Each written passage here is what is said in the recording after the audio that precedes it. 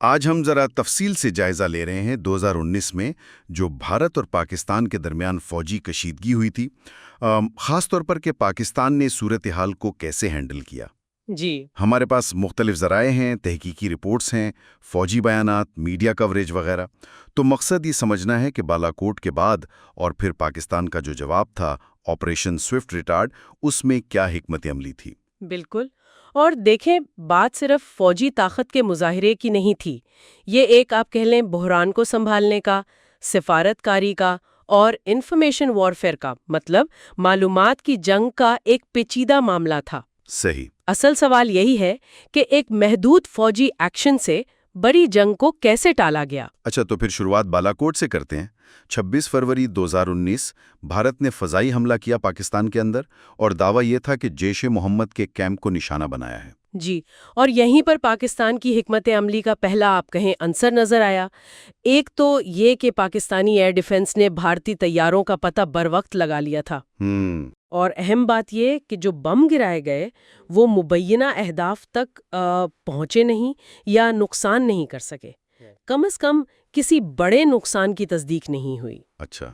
اور پاکستان نے دیکھیں فوری جواب نہیں دیا، یہ ایک اہم نقطہ ہے۔ ہاں، یہ کیوں؟ مطلب کیا سوچ تھی اس کے پیچھے؟ غالباً یہ ایک سوچا سمجھا قدم تھا تاکہ عالمی سطح پر یہ تاثر جائے کہ پاکستان تحمل سے کام لے رہا ہے اور صورتحال کو مزید بگاڑنا نہیں چاہتا۔ ٹھیک ہے، یعنی فوراً رد عمل نہیں، بلکہ ایک وقفہ حکمت عملی بنانے کے لیے۔ بالکل۔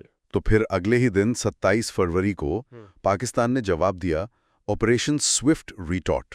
جی ہاں، اس کارروائی میں پاکستان نے بھارتی زیر انتظام کشمیر میں کچھ اہداف کو نشانہ بنایا، لیکن یہ اہم ہے، دانستہ طور پر شہری آبادی یا بڑے فوجی اڈوں سے گریز کیا۔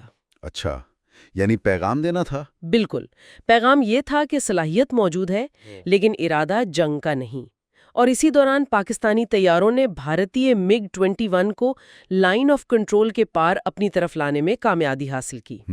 کچھ ذرائع یہ بھی بتاتے ہیں کہ الیکٹرانک وارفیئر کا استعمال ہوا، مطلب بھارتی ریڈارز اور کمیونیکیشن کو جیم کرنا، اور شاید ڈیکوائے ڈرونز کا بھی، یعنی نقلی اہداف بھارتی ایئر ڈیفنس کو الجھانے کے لیے۔ اور اسی فضائی جھڑپ میں پھر وہ بھارتی MiG 21 گرایا گیا اور پائلٹ ونگ کمانڈر ابھینندن گرفتار ہوئے۔ جی بالکل، اور ابھینندن کی گرفتاری ایک بہت اہم موڑ ثابت ہوئی۔ کیسے؟ مطلب اس سے کیا فرق پڑا؟ دیکھیں، اس گرفتاری نے پاکستان کو جو معلومات کی جنگ تھی نا، اس میں ایک واضح بڑھتری دے دی۔ اچھا۔ اور پھر پاکستان نے صرف 48 گھنٹوں میں ابھینندن کو رہا کرنے کا فیصلہ کیا، امن کے پیغام کے طور پر۔ اس پر عالمی سطح پر کافی پذیرائی ملی پاکستان کو۔ جی ہاں، یہ تو یاد ہے۔ تو اس قدم نے ایک تو بھارت کے حملے کی جو مبینہ ناکامی تھی اسے مزید واضح کیا، دوسرا پاکستان کو ایک ذمہ دار ملک کے طور پر پیش کیا جو کشیدگی کم کرنا چاہتا ہے۔ اور سفارتی میعاز پر کیا ہوا؟ اسی دوران سفارتی کوششیں بھی تیز ہوئیں۔ امریکہ، متحدہ عرب امارات، سعودی عرب، ان ممالک کو متحرک کیا گیا تاکہ بھارت پر دباؤ ڈالا جائے کہ وہ کشیدگی کم کرے۔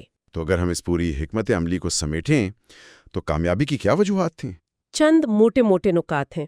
پہلا، بھارت کے حملے کی ناکامی کو دنیا کے سامنے لانا اور ان کے بیانیے کو کمزور کرنا۔ ٹھیک۔ دوسرا، ایک محدود نپی تلی جوابی کارروائی صرف کشمیر تک، جس سے دفاعی صلاحیت بھی ظاہر ہوئی اور جنگ سے گریز کا پیغام بھی گیا۔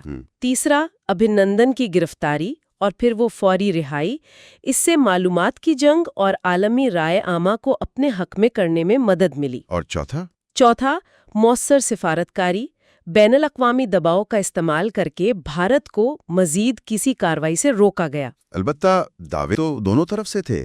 بھارت نے بھی تو ایک پاکستانی F-16 گرانے کا دعویٰ کیا تھا۔ جی بالکل کیا تھا، لیکن اس کا کوئی ٹھوس ثبوت، کوئی شواہد آج تک سامنے نہیں آ سکے۔ پاکستان نے اس کی تردید کی تھی۔ تو غیر جانبدارانہ تجزیہ کیا کہتا ہے؟ غیر جانبدار تجزیہ اور جو شواہد دستیاب ہیں وہ یہی بتاتے ہیں کہ پاکستان نے اپنے فوری جو ٹیکٹیکل مقاصد تھے وہ حاصل کر لیے، بھارتی دراندازی روکی، مؤثر جواب دیا، پائلٹ گرفتار کیا۔ اور سب سے اہم بات یہ کہ دونوں ایٹمی طاقتیں مکمل جنگ سے بچ گئیں، یہ بذات خود ایک بہت بڑی کامیابی تھی خطے کے لیے بھی۔ تو خلاصہ یہ ہوا کہ دستیاب معلومات کی بنیاد پر پاکستان نے اس بحران کو سنبھالنے میں کئی محاذوں پر بہتر کارکردگی دکھائی، بھارتی حملے کی ناکامی کو اجاگر کیا، مؤثر جوابی کارروائی کی، معلومات کی جنگ جیتی اور سفارتکاری سے کشیدگی کو قابو میں رکھا۔ بالکل درست۔ یہ روایتی فوجی فتح سے زیادہ آپ کہہ سکتی ہیں مؤثر کرائسس مینجمنٹ کی مثال ہے۔